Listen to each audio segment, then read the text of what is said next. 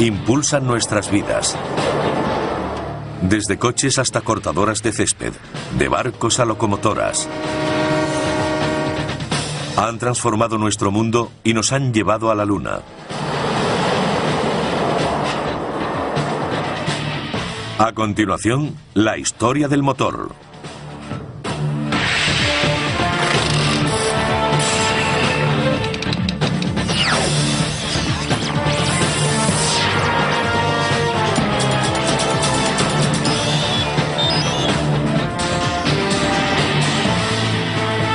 Maravillas modernas. Durante 3 siglos, estos ingeniosos diseños han sido la máxima expresión de la búsqueda de la excelencia técnica. Y a través de muchas generaciones de progreso tecnológico, han tenido un profundo efecto en nuestra forma de trabajar y viajar. La máquina de vapor reemplazó al caballo. Los motores eléctricos y de gasolina sustituyeron a la máquina de vapor. Más tarde, el reactor llevó las cosas a un nivel superior. Y ahora, los motores microtecnológicos demuestran que menos es más.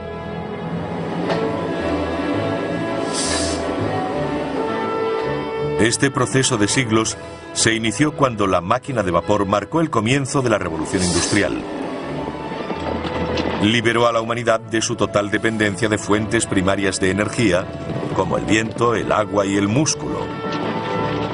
Las máquinas de vapor se usarían para impulsar maquinarias de fábricas, trenes, barcos, tractores y automóviles. El primer medio de transporte que utilizamos fueron los animales. Cuando se inventó la máquina de vapor, pudimos mover más volumen, más rápido y de forma más segura que cuando se hacía con animales. Eso fue un cambio enorme. La gente se sentía menos atada a las pequeñas ciudades. Podían vivir en el campo y seguir conectados con la ciudad. En un motor de émbolo, el vapor entra por un extremo en el cilindro y lo empuja hacia atrás. Luego entra por el otro extremo, empujándolo hacia el lado contrario. El vapor se genera en una caldera, un recipiente metálico donde se calienta el agua usando madera, carbón, aceite o gas natural como combustible. Una turbina de vapor es como un molino, con la diferencia de que sus aspas son movidas por vapor a alta presión en lugar de viento. Aún hoy, las turbinas de vapor son muy utilizadas. De hecho, se emplean para generar la mayor parte de la electricidad que consumimos. El científico griego Herón de Alejandría construyó la primera máquina de vapor del mundo hace unos 2000 años. Básicamente se trataba de una esfera metálica con 2 boquillas opuestas. Cuando se introducía vapor en la bola, ésta daba vueltas. Herón expuso su invento en el Serapion, un museo de Atenas, donde entretuvo a los visitantes durante años, aunque solo fue considerado un juguete interesante. En 1705, 2 ingenieros británicos, Thomas Avery y Thomas Newcomen, crearon una gran máquina de vapor que podía utilizarse para bombear el agua de las minas de carbón inundadas. Empleaba un émbolo que subía y bajaba dentro de un cilindro hueco.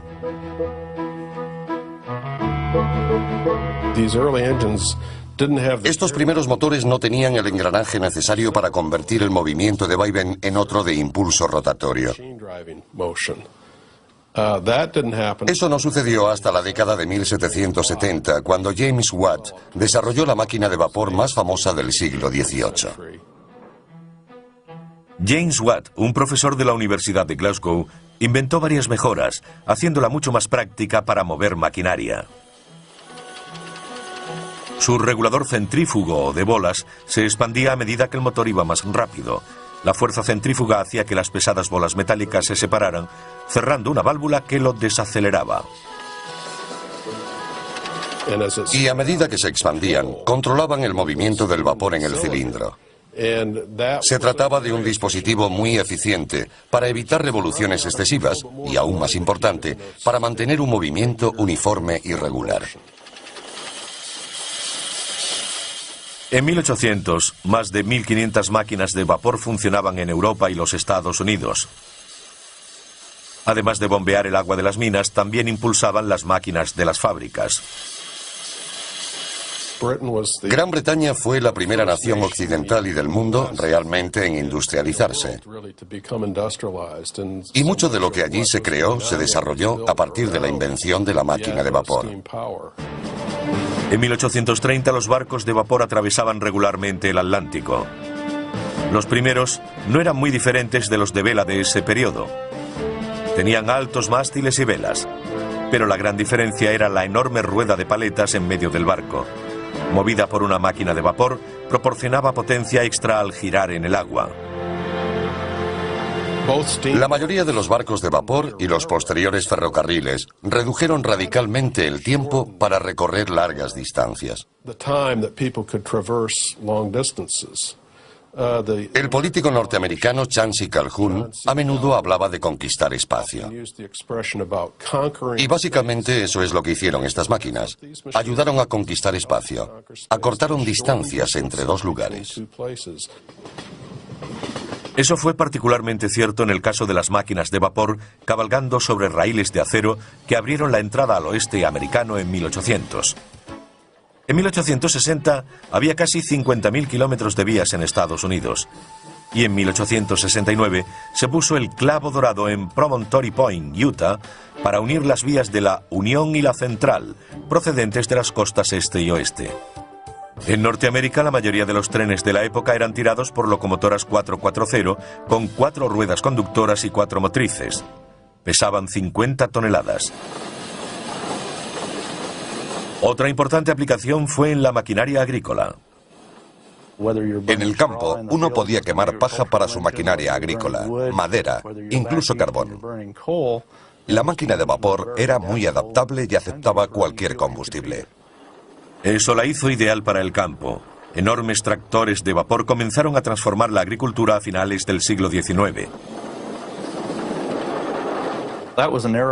Fue una época en la que términos como bestia, leviatán y otros parecidos fueron muy utilizados. Algunos de estos motores pesaban de 10 a 20 toneladas. Eran enormes. A mediados de siglo, un norteamericano, George Corliss, desarrolló la más importante máquina de vapor desde James Watt. Su nuevo sistema de regulación le permitía funcionar a un ritmo constante, haciéndolo ideal para la industria textil.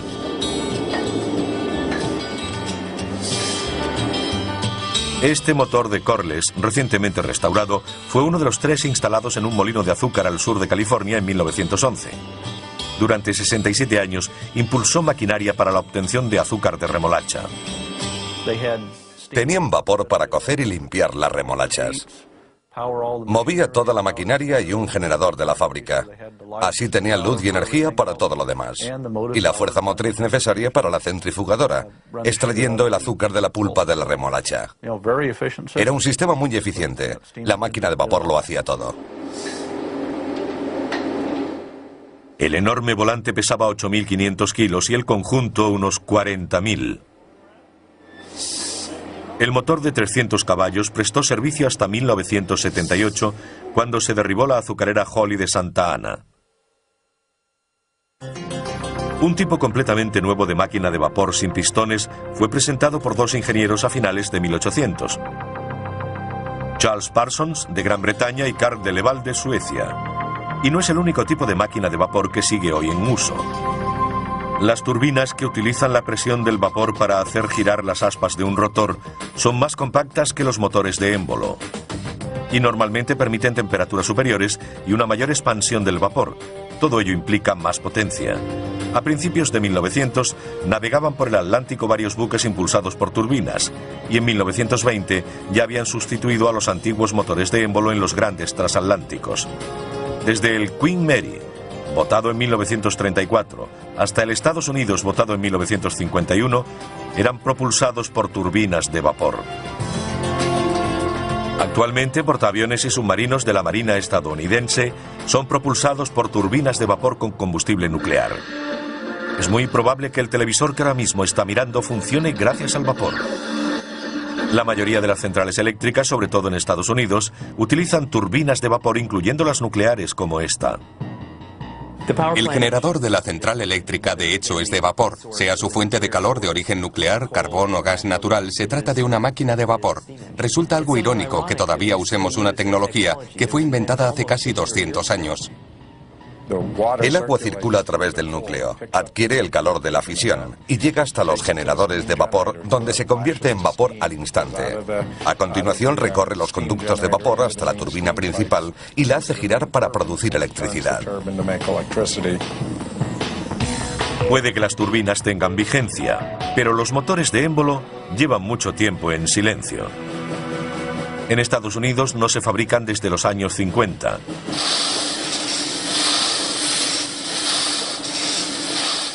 Pero su sonido llena el Museo de Motores Antiguos en Vista, California, cerca de San Diego, donde hay docenas de máquinas funcionando. En su día fueron impresionantes imágenes de una potencia sin precedentes. Pero hubo grandes errores que convirtieron a estos enormes monstruos en dinosaurios. La transferencia de calor es un proceso lento, y en las máquinas de vapor hay que transferir el calor desde un fluido caliente, concretamente gases de combustión, al fluido que realmente produce la potencia, el vapor. Se advirtió que utilizando motores de combustión interna en los que el fluido que se expande y el que genera el calor es el mismo, la mezcla carburante, se obtenía más potencia con un motor más pequeño. Pero antes de la aparición del motor de combustión interna, surgió otra nueva máquina para ayudar a mover el mundo que no quemaba combustible. A continuación, el eléctrico se gana un lugar entre los motores del mundo. Cuando se extendió el uso de las máquinas de vapor a principios del siglo XIX, eran muy potentes. Pero esa potencia tenía un precio. También eran muy peligrosas. Para obtener la máxima potencia, sus calderas tenían que contener vapor a altas presiones, y no siempre estaban a la altura. En el siglo XIX había problemas con las explosiones de calderas. Solían ocurrir accidentes en los que moría mucha gente. Robert Sterling, un clérigo escocés, estaba cansado de ver a sus parroquianos resultar heridos o muertos por explosiones de máquinas de vapor. Así que decidió hacer algo. Mitad inventor, mitad predicador. Un hombre renacentista, fue un tipo increíble.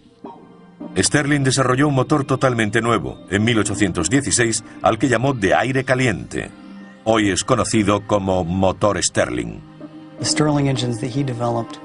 Los motores que desarrolló eran de baja presión.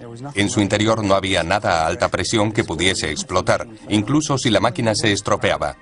Los motores Sterling funcionan calentando una parte del mismo motor y enfriando otra. En su interior hay un mecanismo que hace circular el aire entre el lado caliente y el frío. Cuando está en la parte caliente, el aire se expande y empuja un pistón. Y cuando pasa por el lado frío, se contrae tirando del pistón. Pero había un problema con el invento del reverendo Sterling. Los metales utilizados en el siglo XIX no aguantaban bien el calor para que fuese tan duradero como la máquina de vapor. Los metales no aguantaban la alta temperatura de la llama continua. La caldera es la parte de la máquina de vapor que está expuesta a la llama continua, mientras que en el Sterling es el cilindro, una parte diferente. Pero con la metalurgia moderna, algunos creen que el motor Sterling ahora podría ser viable. Brent van Arsdell fabrica pequeños motores de demostración que revelan las capacidades del invento del reverendo Sterling. Uno de ellos funciona con el calor desprendido de una taza de café. Pero lo más sorprendente es que también funciona con el aire frío de un cuenco lleno de hielo. Todo lo que necesita es una diferencia de temperatura. Lo único que hay que hacer es mantener una parte fría y la otra caliente. Funcionan en cualquier sitio donde sea posible mantener la diferencia de temperatura. Este motor Sterling puede funcionar con el calor de la palma de la mano. Durante décadas se ha intentado poner motores Sterling en vehículos y aún no es viable. Son caros, mucho más que los alternativos de gasolina o diésel. Y es muy difícil que sean eficientes debido al continuo cambio de régimen, ya que el conductor va reduciendo o acelerando. Eso dificulta el rendimiento permanente del motor, especialmente en un Sterling. El vapor y los motores Stirling del siglo XIX pronto tuvieron un nuevo competidor que ayudó a impulsar la revolución industrial. Y hoy aún sigue con nosotros. No tenemos máquinas de vapor en nuestras casas, pero sí muchos aparatos eléctricos. Mire a su alrededor, verá que tiene cantidad de ellos. Relojes, aire acondicionado, equipos de música, vídeos, ventiladores, aspiradoras, batidoras. Y por supuesto no olvidemos el cepillo de dientes. Todos son accionados por motores eléctricos. Sin ellos ni siquiera podríamos hacer esta entrevista. Más valdría quedarse en la cama, salvo que uno quisiera volver a los días de los carros y los caballos. A diferencia de la mayoría de los motores que utilizan algún tipo de combustión para crear calor, el eléctrico funciona por un principio completamente diferente. Cuando la electricidad fluye a través de un cable, se crea un campo electromagnético. Ello significa que temporalmente ese cable se convierte en un imán, y cuando se corta la electricidad deja de serlo. Si se conecta al revés, se invierten los polos. Y esto es lo que repetidamente hace un motor eléctrico usando la fuerza magnética para crear movimiento. Crea un campo magnético. Se mueve como Doug y yo lo estamos haciendo. La corriente pasa por el campo magnético y por la bobina, haciendo que esto gire. Naturalmente, los motores eléctricos necesitan electricidad. Así que su historia comienza con los pioneros de este campo. En 1824, Michael Faraday patentó la corriente continua y su motor. En 1888, el excéntrico genio Nikola Tesla patentó la corriente alterna y el suyo. Hoy en día ambos están en uso. Si funciona con pilas es de corriente continua, si se enchufa en la pared es de corriente alterna. Tesla fue el primero que introdujo el concepto de corriente alterna, que consiste en el cambio de polaridad 50 o 60 veces por segundo. Pero Edison no creía en ello y despidió a Tesla, que fue a trabajar con George Westinghouse. Tesla estaba en lo cierto. La corriente alterna podía ser transportada a muchos kilómetros, mientras que existían limitaciones significativas para la distribución de corriente continua. George Westinghouse adquirió las patentes para el sistema de corriente alterna de Tesla, y en 1891 montó la primera línea de corriente alterna de alta tensión en California, conectando San Antonio Canyon con Pomona y San Bernardino. En 1894, Westinghouse empezó a fabricar otro de los inventos de Tesla, el motor de corriente alterna. Los primeros equiparon a algunos de los coches primitivos junto con las máquinas de vapor y los motores de combustión interna que usaban combustible como la gasolina para mover un pistón. No creo que nadie supiera, al menos durante la primera década de la existencia del automóvil, cuál sería el ganador. Alrededor de 1912 finalmente se impuso el motor de combustión interna. Irónicamente, gracias a la adición de uno eléctrico, al que se llamó motor de arranque. Esa era exactamente su función, dar el primer impulso a los pistones sin que el conductor saliese despedido, o peor. Hasta entonces había que hacer girar el motor para que arrancara. No solo era difícil, sino peligroso. Podía romper con facilidad los huesos del brazo, y si daba un tirón de la persona, podía hacerle mucho daño. Sin embargo, el motor de arranque lo cambió todo, marcando la desaparición del automóvil eléctrico y el de vapor. Como con la manivela, el motor de arranque iniciaba los ciclos de compresión y combustión necesarios para que el motor funcionase por sí solo. Algunos de los mayores motores eléctricos se hicieron para los ascensores. En 1933, Westinghouse construyó los más rápidos del mundo para el Rockefeller Center de Nueva York. En 1972, instaló los ascensores en el que era por aquel entonces el edificio más alto del mundo, la Torre Sears, en Chicago. En la década de los 90, el motor eléctrico regresó al mundo automovilístico cuando la General Motors presentó el EV1. Muy ligero de peso y con un fuerte chasis rígido, además tenía una de las carrocerías más aerodinámicas jamás fabricadas. Hay quien dijo que fue construido como un avión más que como un coche. Fue un fracaso y se canceló su producción en el 2000. Como sucede con todos los coches eléctricos, el problema es su limitada autonomía entre recargas. Si uno tiene prisa y solo puede recorrer 160 kilómetros parando 8 horas para recargar la batería, mejor se compra un carromato. No creo probable que en 10 o 20 años los vehículos eléctricos compitan con los estándar. La tecnología de las baterías no es lo bastante buena y cuesta mucho, aplicada a la escala que requiere la cantidad de energía necesaria para propulsar un vehículo.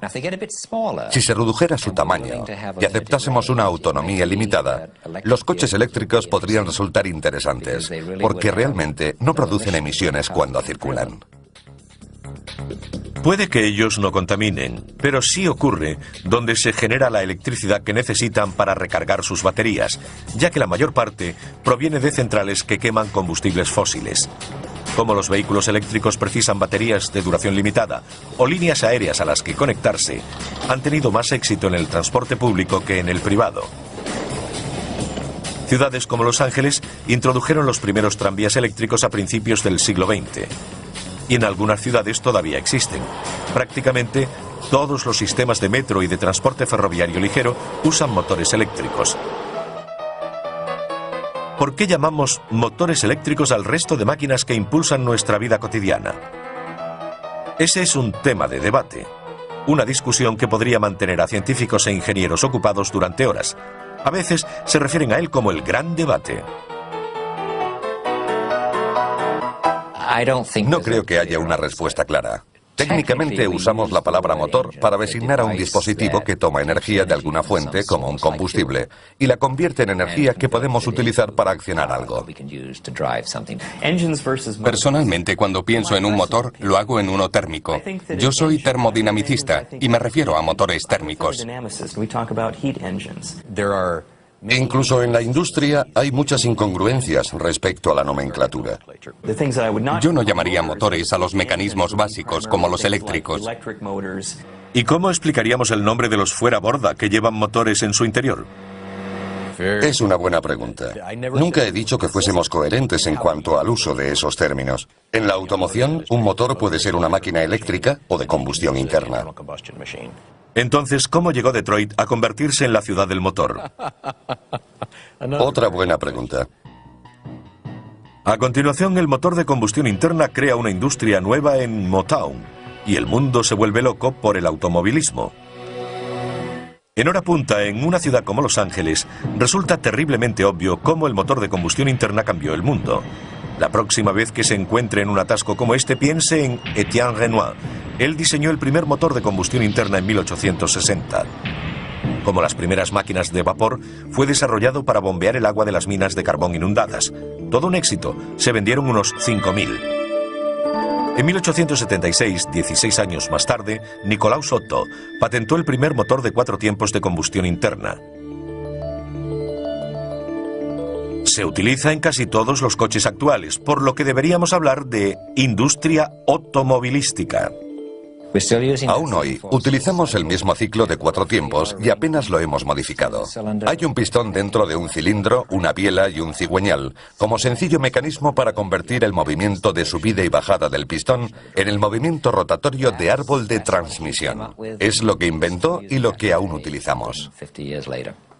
En 1892, Rudolf Diesel patentó el motor diésel. Es similar al motor de combustión interna corriente, salvo que no tiene bujías. Se aspira aire en el tiempo de bajada. Luego es comprimido en el de subida, lo que hace que aumente mucho de temperatura. El aire se calienta tanto que cuando se inyecta el gasóleo, la mezcla del combustible y el aire arde. Mercedes-Benz produjo en serie los primeros automóviles diésel en los años 30. Por su robustez y potencia, los motores diésel de los distintos fabricantes son ampliamente utilizados en grandes camiones y maquinaria pesada. A medida que evolucionaban, tanto los de gasolina como los diésel cambiaron la forma en que se construían las ciudades. También cambiaron la forma de combatir. En la Segunda Guerra Mundial, la producción alcanzó un récord máximo en Estados Unidos. Los nuevos motores hechos en Detroit impulsaron el esfuerzo bélico.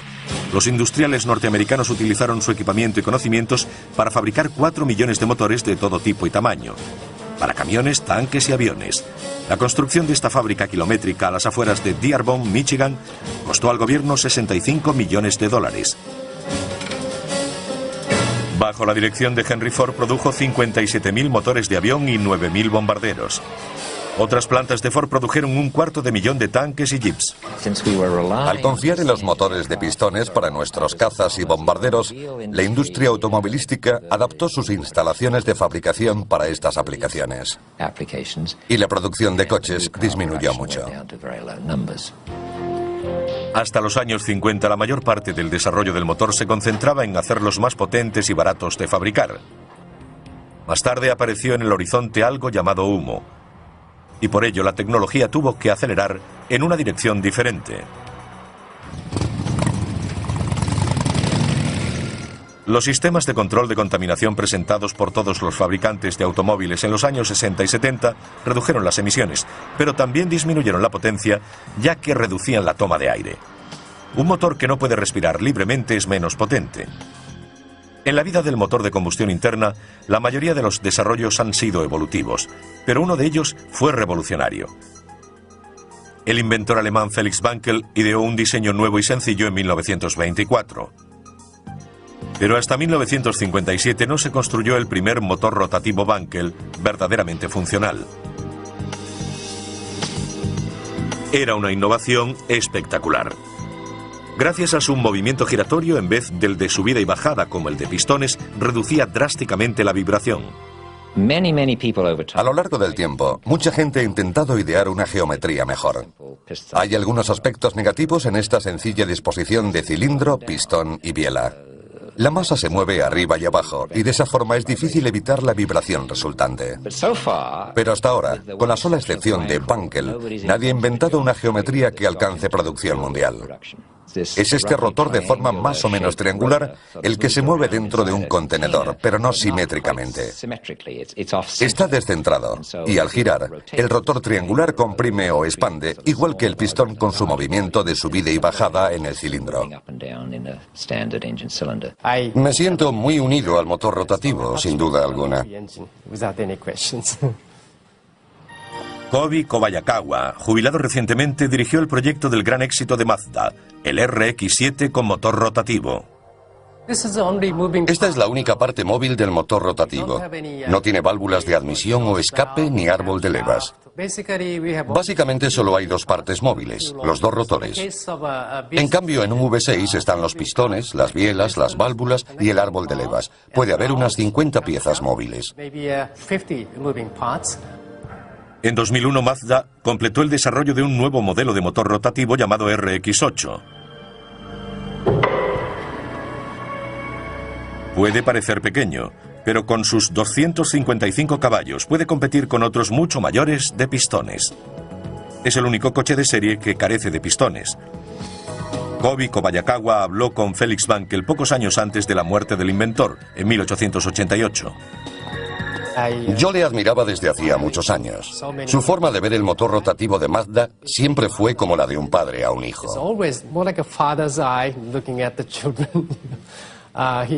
Era muy amable y estaba muy contento con el esfuerzo llevado a cabo por Mazda y los resultados obtenidos con el motor rotativo.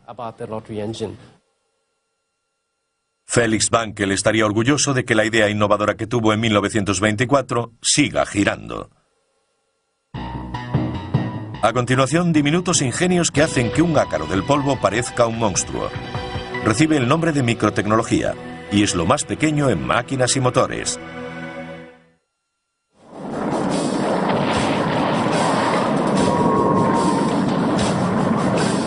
...1941... El mundo está en guerra. Es el momento de un nuevo avance tecnológico. Aparece el reactor.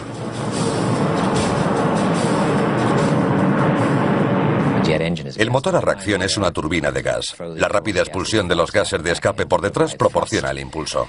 El compresor y la turbina comprimen los gases para suministrar el flujo a alta presión que es necesario expulsar, y la turbina suministra la energía necesaria para accionar el compresor.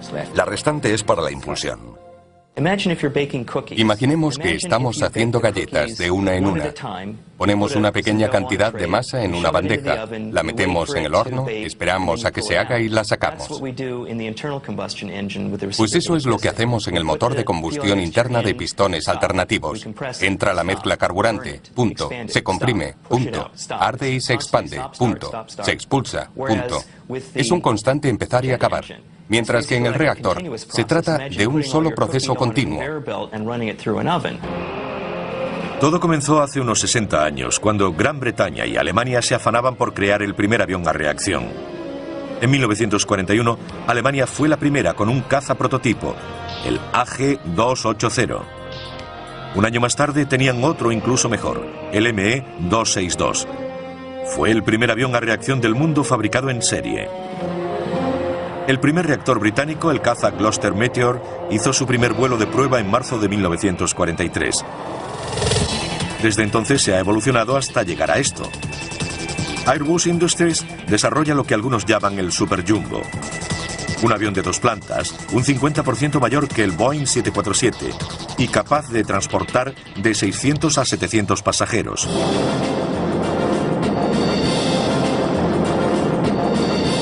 Al principio de su desarrollo, los cohetes y los motores a reacción estaban estrechamente relacionados. La gente hacía poca distinción entre ellos. Un cohete es parecido a un reactor, a diferencia de que lleva su propio suministro de oxígeno para la combustión. Los aviones a reacción toman el oxígeno del aire.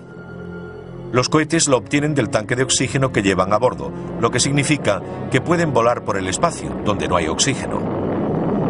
A los experimentos con cohetes de Robert Goddard en Estados Unidos a principios de los años 30, le siguieron los de Werner von Braun en la Alemania nazi, que le llevó al desarrollo de los cohetes V2 que cayeron sobre Gran Bretaña durante la Segunda Guerra Mundial.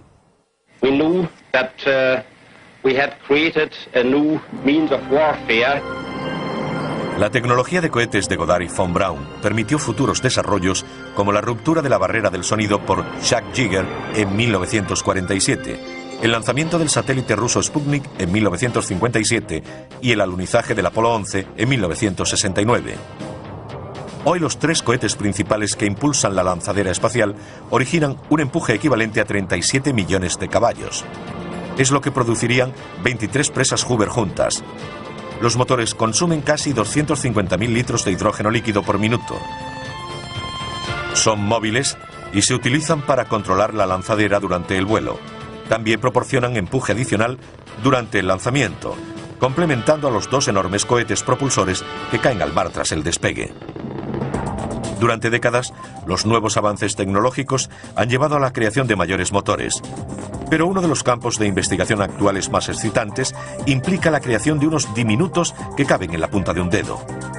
La microtecnología es un área de investigación en creciente expansión que surge a partir de la miniaturización de los componentes electrónicos.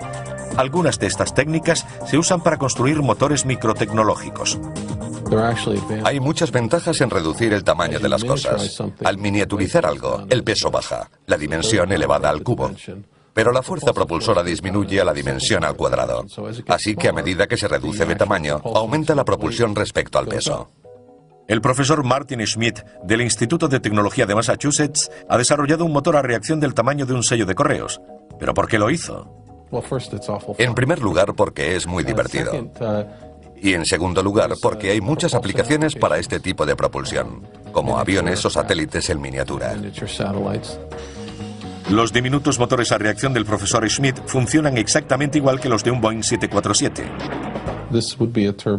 Este sería un motor de turbina, donde el aire accedería a través del hueco central. Luego se inyectaría el combustible por una serie de puertos que hay aquí. El aire y el combustible se mezclarían a través de un compresor en un volumen de combustión que está alrededor, en esta parte. Y luego pasaría a través de la turbina para acabar siendo expulsado por aquí. Dentro se encuentra este pequeño disco que gira a 1,5 millones de revoluciones por minuto. Los científicos del Instituto de Tecnología de Massachusetts creen que este motor podría impulsar un avión diminuto con una envergadura de unos 8 centímetros. Cientos de estos baratos microreactores desechables podrían servir para misiones de reconocimiento de las Fuerzas Armadas o para el estudio climático. Otra aplicación en la que los científicos tienen grandes esperanzas es la generación de electricidad para sustituir a las pesadas y menos eficaces baterías de los ordenadores portátiles, por ejemplo. Algunos científicos trabajan en nuevos conceptos de micromotores que aún no existen a tamaño real. Nuestro objetivo es crear un dispositivo del tamaño de un botón que esperamos genere unos 50 milivatios, suficientes para alimentar un teléfono móvil o una agenda electrónica. Varios juntos servirían para un ordenador portátil. Si tomamos una mezcla de aire y combustible, la introducimos en el centro de la espiral de intercambio de calor y la quemamos, podríamos utilizar gases resultantes de la combustión para precalentar la mezcla entrante. Se puede obtener combustión en situaciones donde no haya llama. Si ponemos en estas paredes dispositivos llamados materiales termoeléctricos, podríamos utilizarlo para generar energía eléctrica. Algunos motores microtecnológicos tienen engranajes del tamaño de un grano de polen y dientes del tamaño de un glóbulo rojo. Si se quiere hacer que uno microtecnológico parezca grande, solo hay que ponerlo junto a otro nanotecnológico. Las nanomáquinas son tan pequeñas que ni siquiera pueden verse con un microscopio. Nano significa una milmillonésima, así que aquello que mida la milmillonésima parte de un metro tendrá un nanómetro, algo a menudo discutido. Si ponemos 10 átomos en fila, esta medirá alrededor de un nanómetro. Los orígenes de la nanotecnología se remontan a 1959, cuando el desaparecido científico Richard Feynman dio una conferencia legendaria en el Instituto de Tecnología de California. La tituló «Hay mucho sitio en el fondo». Si profundizamos lo suficiente, todos nuestros dispositivos pueden ser producidos en serie a fin de ser copias absolutamente perfectas unos de otros.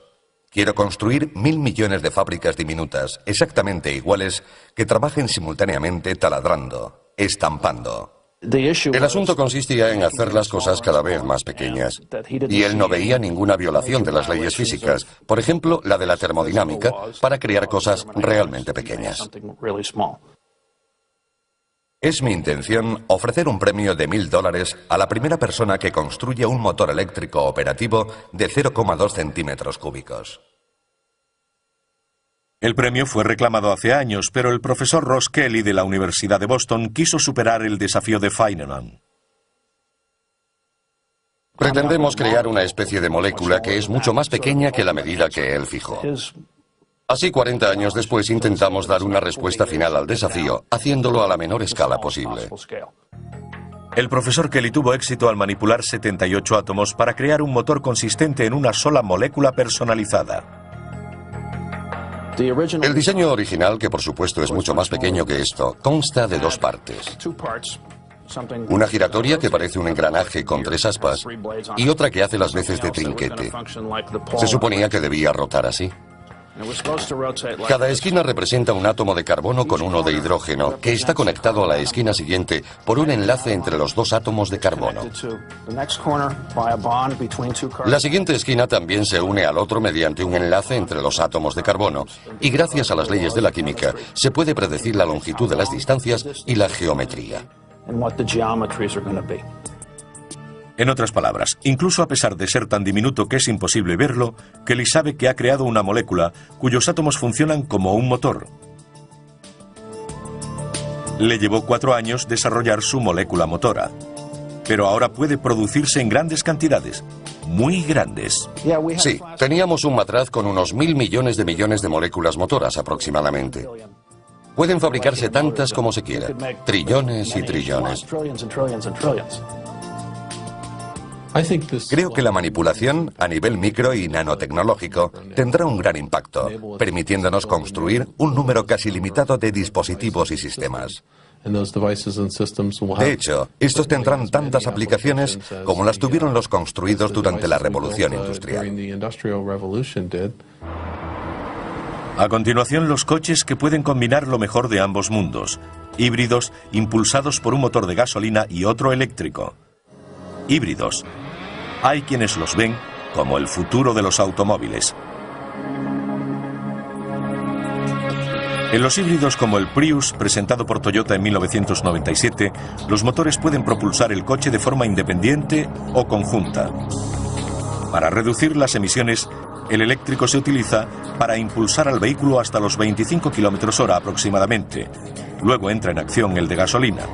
Los coches eléctricos no contaminan, pero el problema es que tienen que ser recargados constantemente. Los híbridos ofrecen las ventajas de los coches eléctricos y no hay que enchufarlos a los lugares de recarga, porque lo hacen mientras están en movimiento. Es regenerativo. Toma la energía de las ruedas y a través del motor vuelve a la batería.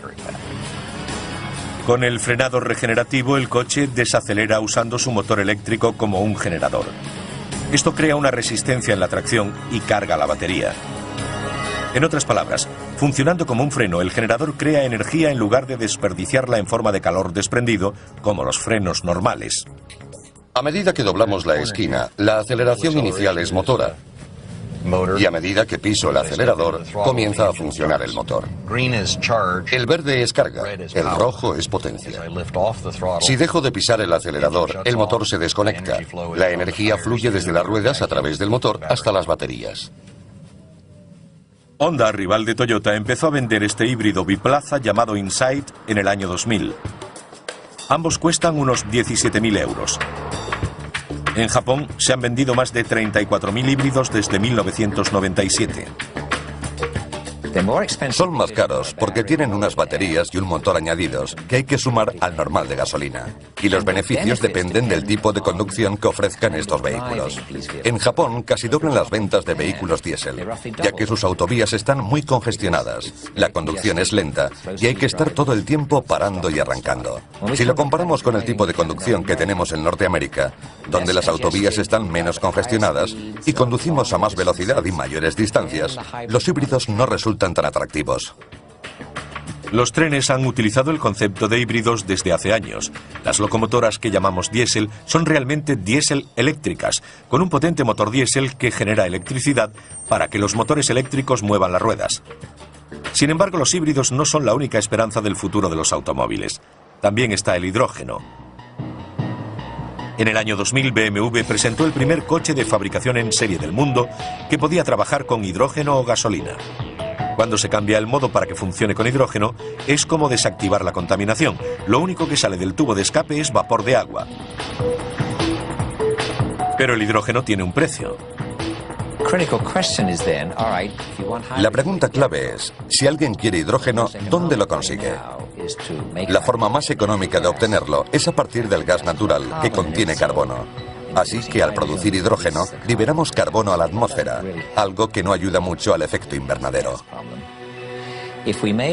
Si obtuviésemos el hidrógeno a partir de la energía nuclear o solar, quizás pudiéramos encontrar una forma económica de hacerlo sin liberar dióxido de carbono.